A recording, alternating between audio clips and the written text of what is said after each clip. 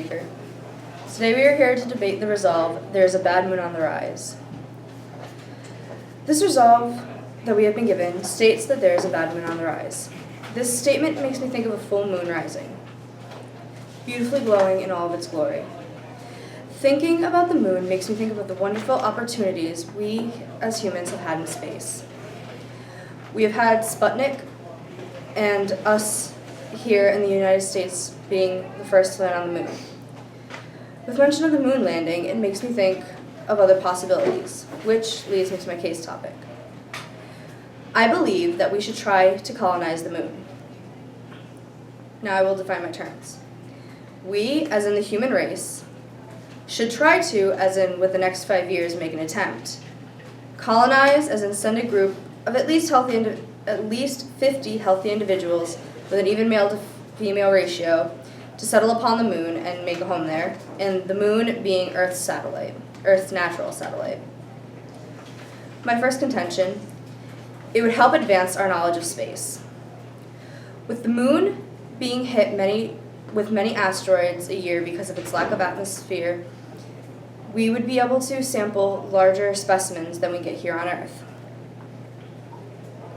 Imagine being an astronomer, studying what little samples you have here on Earth, just waiting for the day that a large enough asteroid will fall from the sky so that you can get a larger sample, and also hoping that you happen to be the first person to get there. Then one day you get the opportunity to go live on the moon, where almost every day you will have a new sample to study from. Not only that, but on the moon you can actually study the origins of the moon and help to figure out how it actually came into being. My second contention is that it would help with Earth's overpopulation. If we were to successfully colonize the moon, we would be able to send more people up there, which would then reduce the overcrowding here on Earth. And because it would also help with the overcrowding, it would most likely open up more housing to America's homeless. My third contention is that it could create a new business industry. Now, if we do have a colony on the moon, people would want to go there to vacation, because who wouldn't want to go to space? We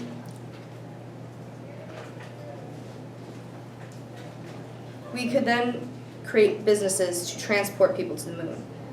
Not only would that happen, it would be like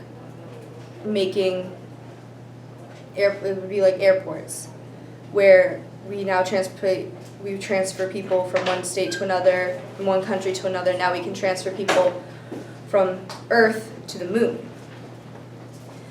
By doing that, it would create a new money flow, and because people would want to vacation there. And it would open up many job opportunities like working for the ships for transport, mechanics to fix them, and new flight attendants. Now, for these reasons, I believe we should colonize the moon, and I thank you for your time.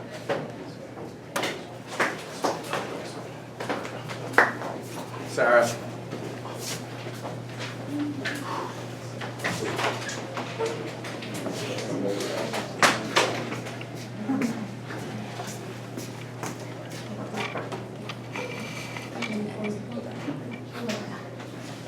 Thank you, Mr. Speaker.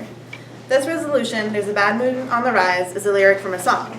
Songs, like all forms of music, have a lot of meaning to a lot of people. In many schools, band classes, in addition to other forms of the arts, are underfunded in comparison to most sports and other departments within the school. Many students' passion for music is dampened because their schools don't provide the necessary funding and support for music and art programs. Instead, they heavily favor sports, despite the fact that musical and art programs can be just as beneficial. This leads me to my case topic that music and art programs should be better funded in the public primary and secondary schools.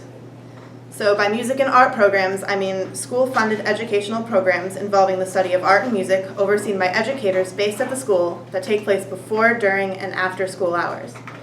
By funded, I mean that we should provide them with the money for their particular purpose, and by primary and secondary schools, I mean all publicly funded schools that educate students until they are legal adults that have sports and/or music and art programs in place. So my first contention is that under current federal law, the arts are designated as a core academic subject, yet they are often treated as less beneficial than sports in many schools. But students who have experience with music performance or appreciation score higher on the SATs, and one report indicates that they score 63 points higher on verbal and 44 points higher on math for students in music appreciation courses. They also have higher GPAs and lower dropout rates, and students who regularly participated in art or music classes were 4 times more likely to be recognized for their achievements. My second contention is that students' brains are better developed when they study music or in art, with higher developed areas of memorization, coordination, language, reasoning, empathy, self-esteem, pattern recognition, logic, and reasoning. Many of the skills a child learns in a musical education are useful outside of the classroom as well. In fact, several recent studies have concluded that the creativity and innovation utilized in the artistic process will be highly valued by employers in the United States in the coming years as we continue to shift to a more global economy and we continue to value creativity and those jobs in that area. My third contention is that music performances teach young people to conquer fears and take risks.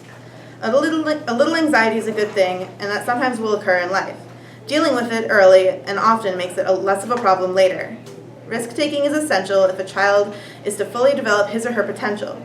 Music contributes to mental health, lowering of stress, and can help prevent risky behaviors such as teenage drug abuse. Art can also help disadvantaged children from lower-income homes to realize their full potential as they provide a safe harbor for those students who may lack a supportive environment at home. For all students, musical and art programs are supported by a large percentage of colleges and are often valued by high school students as a lower stress class that they can enjoy it amidst the pressure of college and harder classes. It's truly a chance for a student to show their true selves in a setting that is known for stifling creativity. So the government thanks you and hopes that you will take into consideration the aforementioned contentions when making a decision.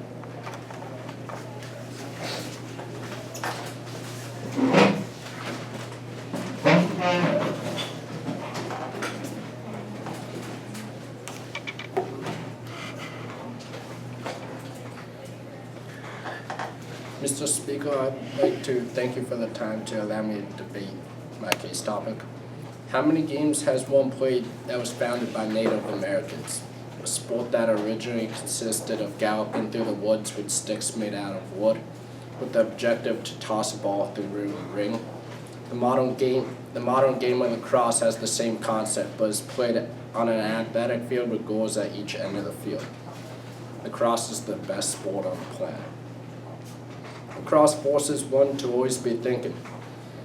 Players have to know where the ball is at all times. You also have to anticipate the movement of the ball and opposing players on the field. You also have to understand the personnel subbing on and off the field, whether offensive players or defensive players or both. Lacrosse requires tremendous body strength. Shooting the ball requires a full follow-through with the hips. Defending requires one to have strong legs to sit low and explode up onto the ball. Also requires one to have extreme upper body strength to jam a midfielder ball dodging to the net. Lacrosse also requires its players to be well conditioned. A midfielder is constantly running up and down the field. Defenses are broken down when players get worn out. The faster the ball moves, the faster the opposing team runs. That's how you win a game. Also, the change of possessions happen off a fast whistle. There's no time to lollygag on the field. My resolution is lacrosse is the best sport on the planet due to it requires one to think, one to have extreme strength, and one to be conditioned. Thank you, Mr. Speaker, for allowing me to debate this topic.